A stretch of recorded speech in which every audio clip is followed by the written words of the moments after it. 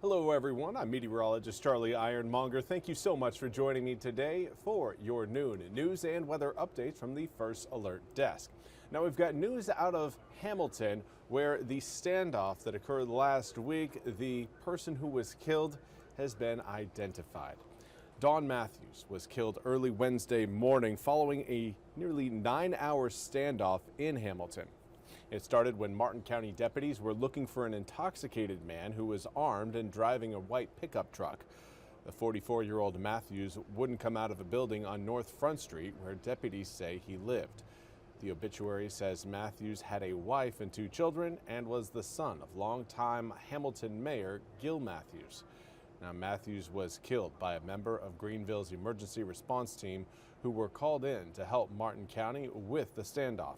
While Greenville police yesterday released the name of the officer, Martin County's district attorney continues to refuse to confirm the dead man's name. The SBI is investigating the officer-involved shooting. Now we want to keep everybody up to date on what is happening in Morehead City. Of course, we're talking about the Big Rock Fishing Tournament, and day 2 is happening today, but no Big Rock boats are going to be out today. Big Rock officials say all 272 teams are laying out today.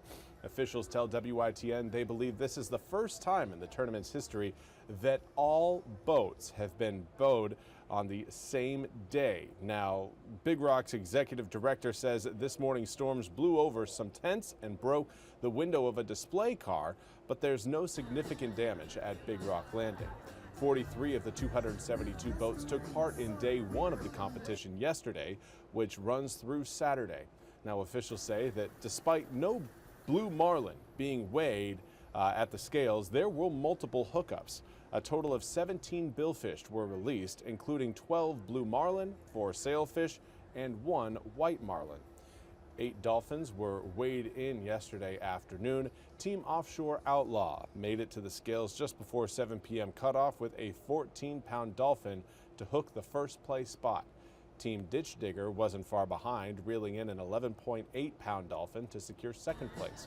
Boats are allowed to compete in 4 of the 6 days of competition, with fishing happening from 9 a.m. to 3 p.m. each day. And now for your weather forecast. Again, a big reason why there are no boats out there today. That's because there are storms set up off of our coast. You can see those storms just through your visible satellite. You can tell you've got a very sharp rope cloud off of our coast. You can see it, that defining line between the clouds and no clouds, and there is just that sharp edge. That is a cold frontal boundary being displayed just by, again, the water droplets in the atmosphere. For me, this is a very cool thing meteorologically to see, but overall, what does it mean for our forecast? Not a whole lot. It means that that front is off of our coast and heading eastward, so it's only going to get further away from eastern North Carolina. But we also have a secondary front that's going to be rolling through later on tonight, which is why today remains a first alert weather day. We're also keeping an eye on a cluster of thunderstorms that has already produced severe thunderstorm warnings and even a tornado warning earlier today across southern South Carolina. Now, that whole system again continues to work its way up towards Myrtle Beach. Here in eastern North Carolina, though, we haven't really seen that same sort of storm threat that has really been present across the coast of South Carolina so far today. All those showers, again, are starting to work their way into eastern North Carolina, seeing some light rain showers through Sampson, Pender, Duplin, Lenoir, Onslow, Jones, and even parts of Pitt, Craven, and Pamlico counties. This is only going to, again, increase as we head through the afternoon.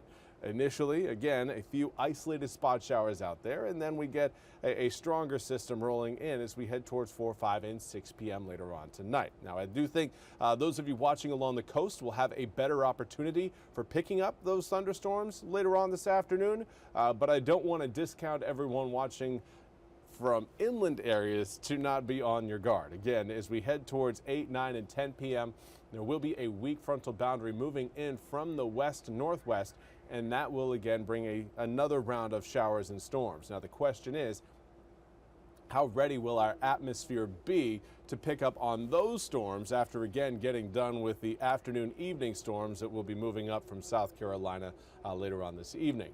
That could, again, those afternoon storms could rob those evening storms of some of their strength and energy.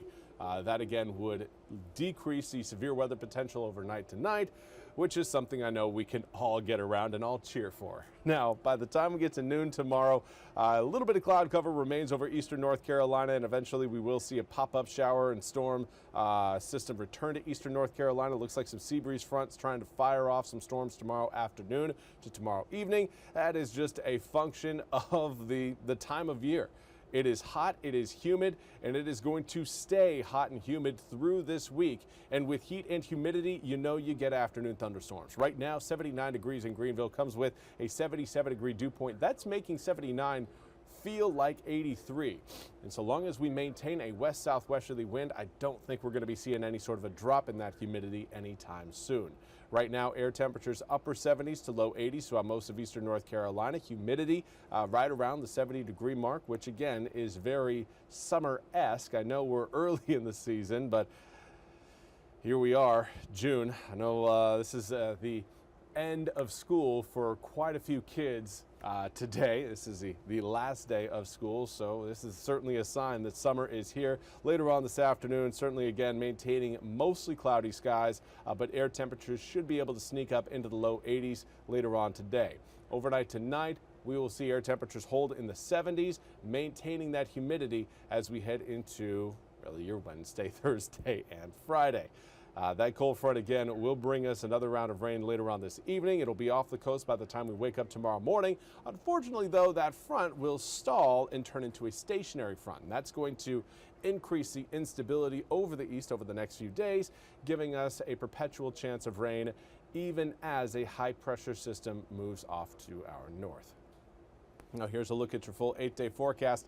85 today, 88 coming up for tomorrow, 89 on Thursday, and then we cool off a bit over the weekend as rain chances start to increase ahead of Father's Day. Now coming up start of next week, humidity remains high, air temperatures in the mid 80s, and we cannot rule out an afternoon thunderstorm on either Monday or Tuesday.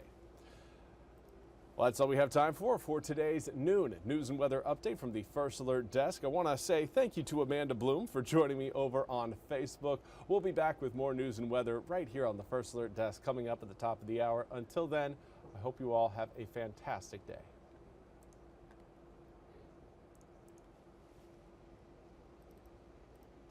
This hour of the WITN First Alert Desk is sponsored by Supreme Choice.